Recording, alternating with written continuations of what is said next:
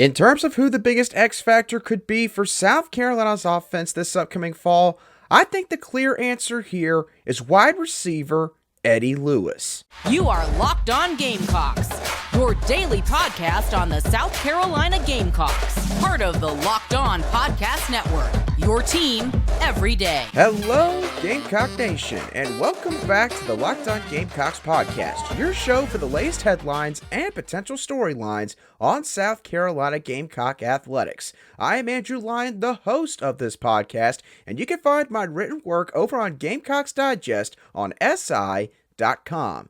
Thank you so much for making the Locked On Gamecocks podcast your first listen or watch here today. We are free and available both wherever you get your audio podcasts daily and also on YouTube.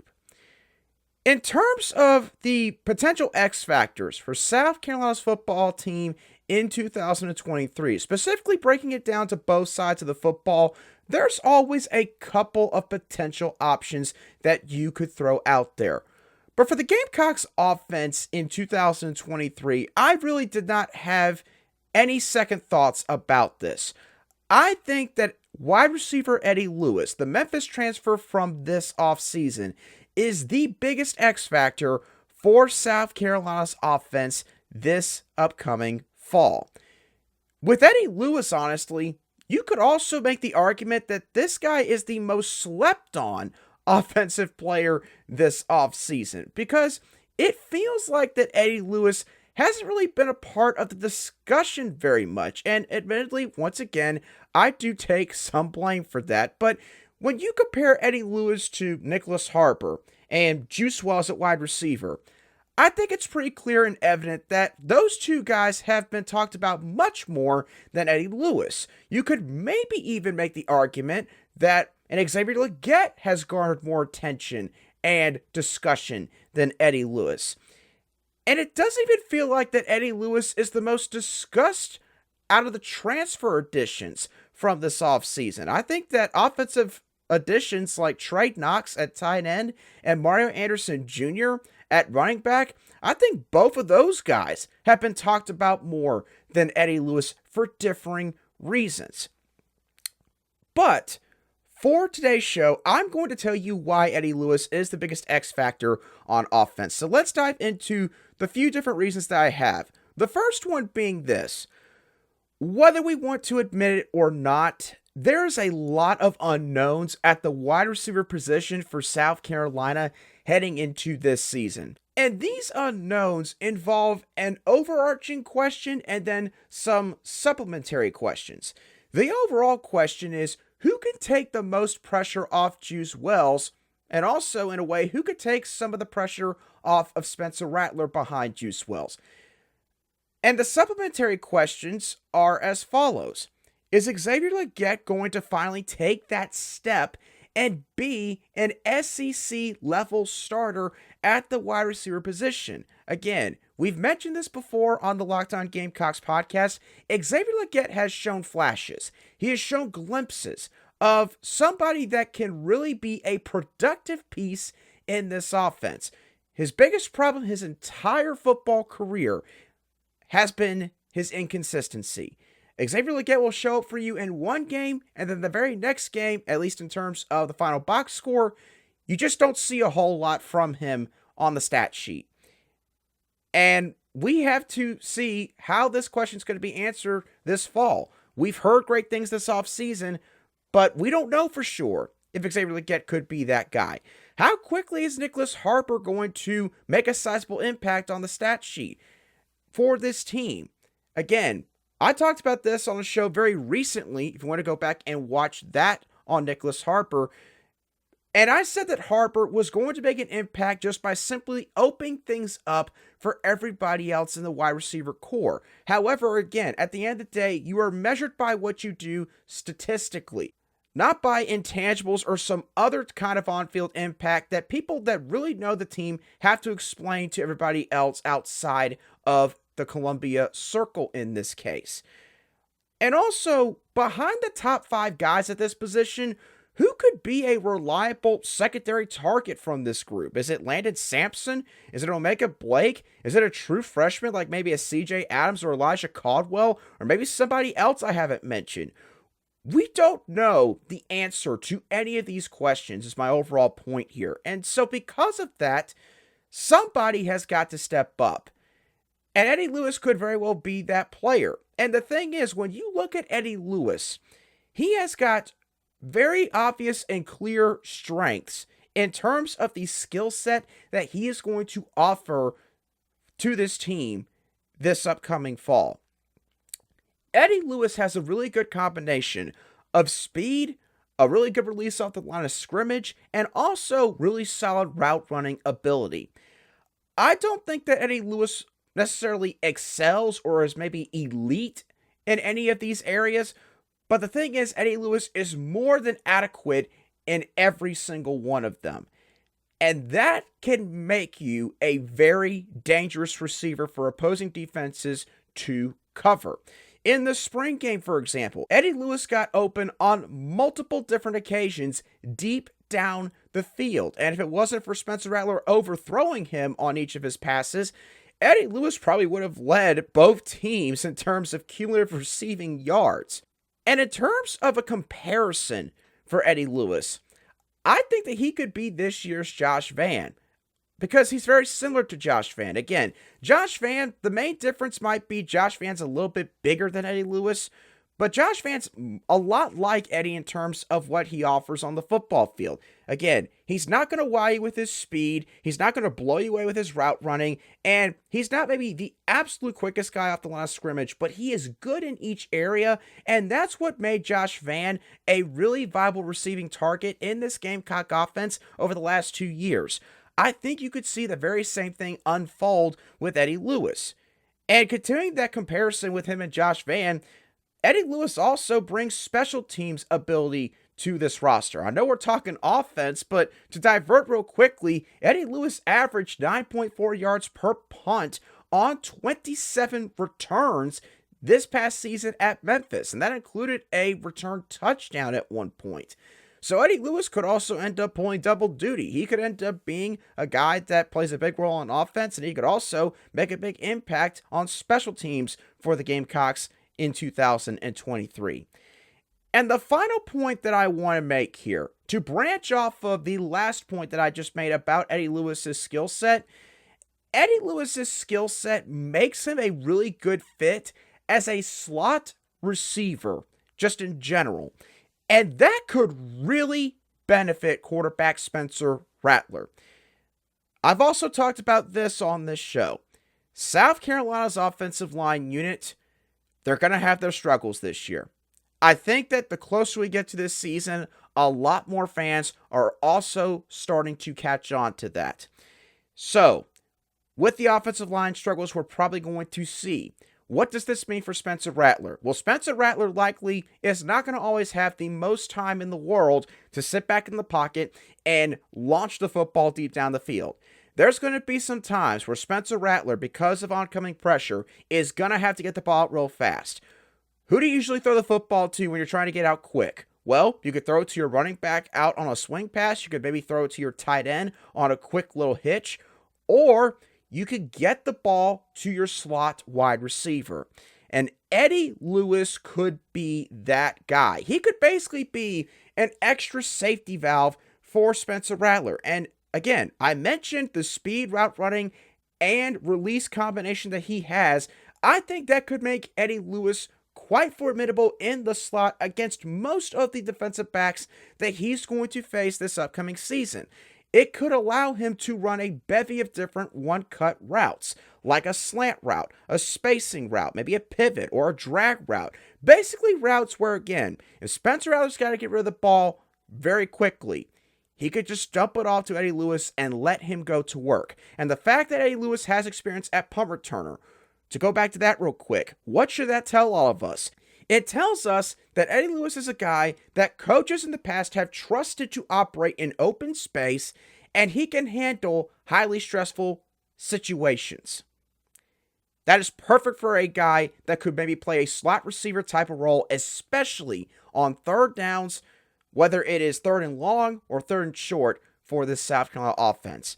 So all in all, because of his skill set, the roles he could play for this team, and also the question marks at wide receiver, Eddie Lewis is the biggest X factor for South Carolina's offense in 2023. Now, we're going to continue to talk about South Carolina's football team in just a couple moments, because for the first time ever on this show, I'm going to go over some anonymous quotes that I procured from some of my fellow colleagues from the Locked On College Network. I'm going to dive into some of the things that they had to say about the Gamecocks and their questions about the future in just a couple moments right here on Locked On Gamecocks. But first, today's show is brought to you by FanDuel. We just passed the Major League All-Star game. It was a highly competitive game between the National League and the American League. And now that the All-Star game has passed, the Atlanta Braves, they're setting their sights now on the second half of the regular season. Ronald Acuna Jr. is in pursuit of becoming a part of the 40-40 club, meaning that he hits 40 homers and steals 40 bases by the end of the regular season. FanDuel has set his odds to make that happen at plus 164. But the thing is, Ronald's already stolen 40 bases, and he just needs 19 more homers in 73 regular season games to make this happen. I think that he could. If you do as well, you could go to FanDuel right now, take your first swing at betting MLB, and get 10 times your first bet amount in bonus bets up to $200. Sign up today and visit FanDuel.com/LockedOn to get up to $200 in bonus bets. Again, that's FanDuel.com/LockedOn. FanDuel is the official betting partner of Major League Baseball.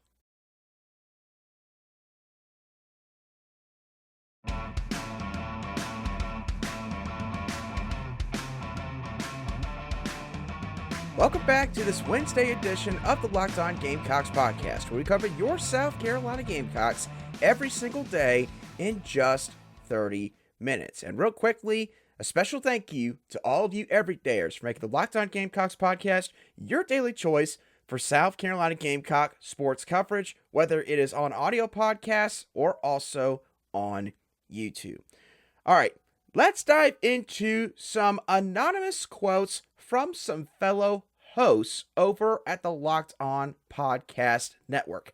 I asked all of the rest of the SEC hosts, what are your thoughts on Shane Beamer and South Carolina's football program? You can tell me just flat out whatever it is that you are feeling about the team, because I'm not releasing the names of them, but there was a lot of interesting feedback that I got from all of these guys and gals.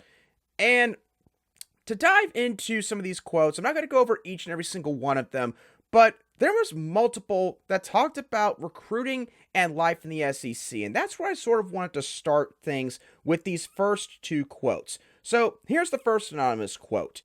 There seems to be more of a focus on recruiting and acquiring talent. I'm curious to see what the offense looks like after Rattler and how they go about building in the momentum he brought to the position. I think in the long term, the biggest concern for South Carolina is the same as all of the non-Georgia teams in the SEC East. Scheduling is going to get tougher for the former East teams and easier for most of the West teams, so their path to the championship is only going to get tougher.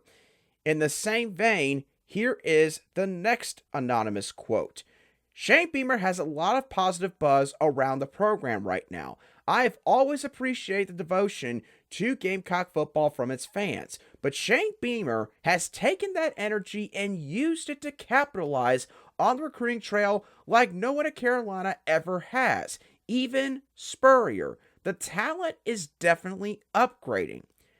The problem is the SEC is a meat grinder. I think USC can be a team people hate to play each week, but not be a team that is annually battling for an SEC championship.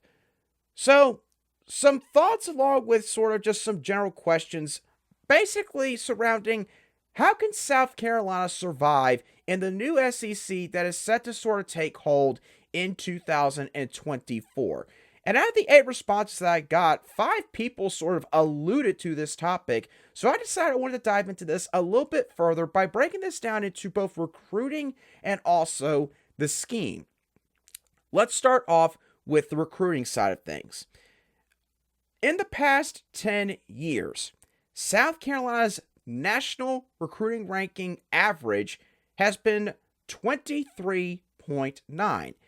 South Carolina's average SEC recruiting ranking over the past 10 years has been 9th, and the Gamecocks' average SEC finish over the past 10 years has been 9.2. Now, these numbers from a just general perspective might say that South Carolina's recruiting results have matched up completely with their on-field results over the past decade. But that doesn't tell the whole story regarding what Shane Beamer has done so far in Columbia.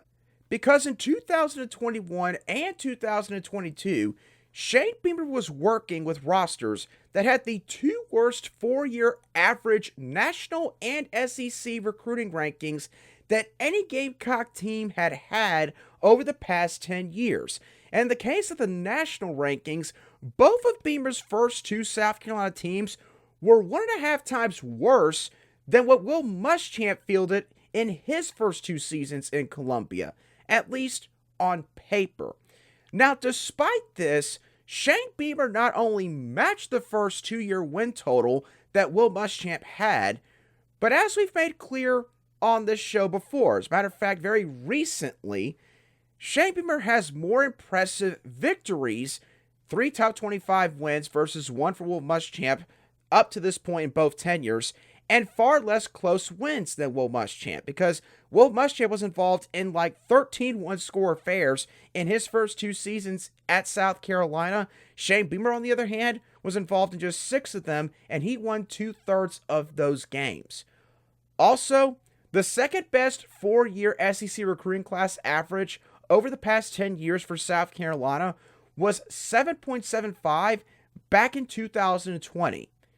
That was the same year that Will Muschamp got fired and the Gamecocks went 2-8. Shane Beamer gets that kind of talent on this roster with what he's proven so far in terms of player development. South Carolina could remain in the top half, maybe even the top third of the league in the future once the SEC expands to 16 total teams when they add Oklahoma and Texas. So the overall point here is, in terms of recruiting, South Carolina on paper or on the surface is finishing just about where they should over time. But if Shane Beamer can continue to develop at the rate he and his staff have so far, and also continue to do better on the recruiting trail, which in his first year, his overall recruiting class ranked 24th. This past season, according to 24/7 Sports, where I got all these numbers by the way, the overall recruiting class ranking was 17th.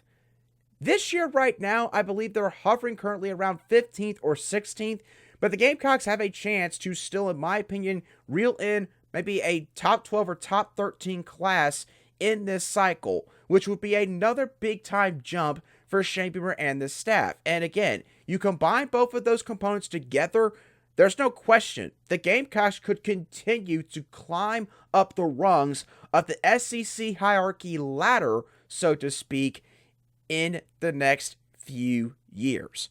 Now, in just a couple moments, we're going to discuss the schematic side of things.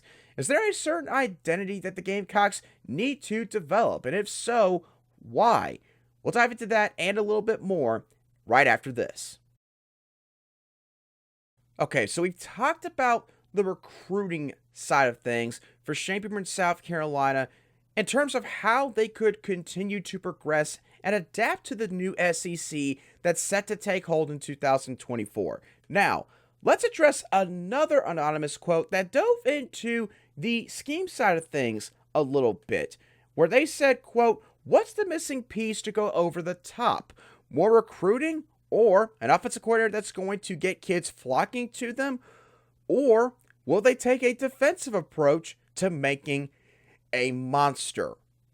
Now, when looking at those questions that this particular person provided, I look back at what I talked about on the Tuesday show here from the Locked On Gamecocks podcast, and that was the fact that South Carolina they need to evolve or add an extension to the current identity that they have, that is Beamer ball. They need to develop an identity on either offense or defense. And in terms of the mentality that I personally think South Carolina should adopt, I think South Carolina needs to adopt more of a defensive mindset in the coming years.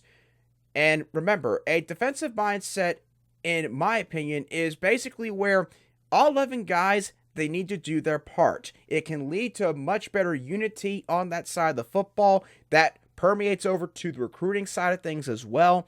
And basically, every single player that's out there on the field, they all feel like that they're playing their part. They all feel like that they have a job that they have to do, or else they're going to put their teammates in a really sticky situation. Why do I believe that the Gamecocks should adopt a defensive mentality, maybe more so than an offensive mentality in the future? Well, when you think about it, most of South Carolina's football teams that have been historically good in their program history, they were all led by really strong defenses. 1984, the Fire Ant defense possessed multiple All-Americans, led South Carolina to, I believe, a double-digit win season that year. 2001, known as the year of the Gamecocks, Lou Holtz, I believe, took South Carolina to a 9-win season that year, and the Gamecocks ranked, I believe, in the top 20 in total defense, according to the research that I did do leading into this show. And then the peak Steve Spurrier years, 2011, 2012, 2013. Sure, South Carolina had really, really good offensive stars at different points in that stretch, but what was the key consistent factor, the main component of all those teams? It was a really staunch Gamecock defense. That's why South Carolina won 11 games 3 years in a row. Also, when you think about it, having a defensive mentality on this team going forward, it could be the most compatible identity to pair up with the Beamer ball mindset that Shane Beamer and the staff have already implemented and instilled into the very fabric of this football program, where again, all 11 players matter. Every single person can fulfill their role and make a difference for their side of the ball or for the entire football team. You could see a lot of correlation between special teams and defense when it comes to that exact mindset. And so I think that it would be a lot easier, therefore, to implement something like that into this football program. Now, I do also want to emphasize that I'm not taking anything away from Dowell Loggains and South Carolina's offense, especially 2023. I completely sympathize with the fact that there are some really, really good players on that side of the ball that could make a big difference for this team this upcoming fall. But there is one person that did respond to sort of my calling for any anonymous thoughts that they had on South Carolina's football program that does not agree with the notion about Dowell Loggains. Someone that thinks that maybe Shane Beamer made a mistake. Here's what they had to say. Quote, "Hate to say it, but I feel like Shane Beamer missed with hiring Dowell Loggains as the Gamecocks offensive coordinator. Thought he should have swung for the fences for a bigger name like Garrett Riley, Graham Harrell, or Kendall Briles. Time will tell if the mistake costs him." Now, I got a couple of thoughts on this anonymous quote right here. The first thing that I want to point out is when it comes to, I guess, nationally recognizable offensive minds, I don't think Graham Harrell necessarily topped the list for anybody. Don't get me wrong, I'm not saying Graham Harrell is a bad offensive coach, but I'm certainly not going to make out like he is a solid offensive coach. Garrett Riley, sure, I will admit, some Gamecock fans definitely would have wanted to see him come to Columbia. Same deal with Kendall Briles. I know a ton of South Carolina fans were interested in the Arkansas offensive coordinator, who I believe is now, ironically enough, at TCU. Garrett Riley's old stomping grounds before he went to Clemson this offseason. But regarding Dowell Loggains specifically, I think that this person is sort of overlooking a key component here.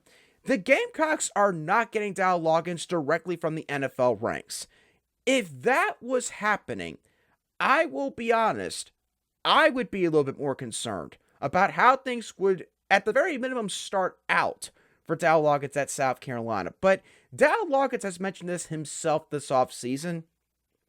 Him going to Arkansas, him being just strictly a position coach, the tight end coach for the Razorbacks the last 2 years, getting to see from a bird's eye view what it's like being a coach at the collegiate level for the first time ever.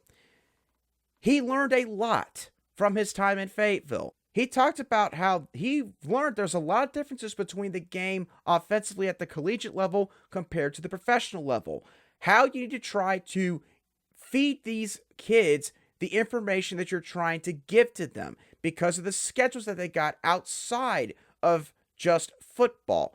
He learned all of that over the past 2 years, and I think that it's all knowledge and information that is going to greatly help him during his time at South Carolina. Am I going to sit here and say that Dowell Loggains is going to be perfect in year one, or he's going to lead this offense to become a top 25 unit from the jump? No, I'm not going to say that. I certainly don't think, though, that this was a bad hire necessarily. And I get it. He did not work out in the NFL. A lot of people will point to that article saying, well, this one guy said that he was the worst offensive coordinator in the NFL. Yeah, sure, I get that. That was the opinion of one person. Okay? Not everybody just jumped on that bandwagon from the NFL ranks. And also, I've said it before about Dowell Loggains. I'll reiterate it on today's show. You do not coach in the NFL for like 15, 16 years because you're a bum. Because you're a guy that doesn't know anything about football. You just don't. So, I really have felt like from the beginning, I was a touch higher on the Dowell Loggains hire. And I do feel like that some fans, again, as time has worn on, I think a lot of Gamecock fans have grown to the idea of Dowell Loggains as the offensive play caller for this next year. So, is this person wrong for, questioning the hire? I'm not going to say they're wrong. I can understand it. There's the fear of the unknown in terms of you've never seen this guy call plays at the college level. But I think that Dowell Loggains is going to prove some people wrong in 2023. Anything that does go wrong on that side of the ball, I don't think it's going to be his fault. I think that'll be more tied to maybe the personnel at certain spots. But I think that Dowell Loggains is going to work out just fine for South Carolina. And watching what he could do with Spencer Rattler, streamlining information, lessening the verbiage, and taking some of the weight off his shoulders, I think that could do wonders for South Carolina. It could just be what the doctor ordered for the Gamecocks in 2023. But with that being said, y'all, that is going to do it for today's show of the Locked On Gamecocks podcast. I hope y'all thoroughly enjoyed today's show as always. What are your thoughts on what I said about Eddie Lewis on today's show? Do you think he's the biggest X factor on the offensive side of the ball? Or do you think that somebody else fits that criteria? What are your opinions on some of the anonymous quotes that some of my colleagues gave to me regarding South Carolina's football team and the program's future trajectory? Whatever your thoughts happen to be, let me know down below in the comments section if you watched today's show on YouTube, or shoot me a direct message on Twitter if you listen to today's show on an audio podcast app. And once again, thank y'all so much for tuning into today's edition of the Locked On Gamecocks podcast. Have a great rest of your Wednesday, and I'll be sure to catch y'all on the next show of the Locked On Gamecocks podcast.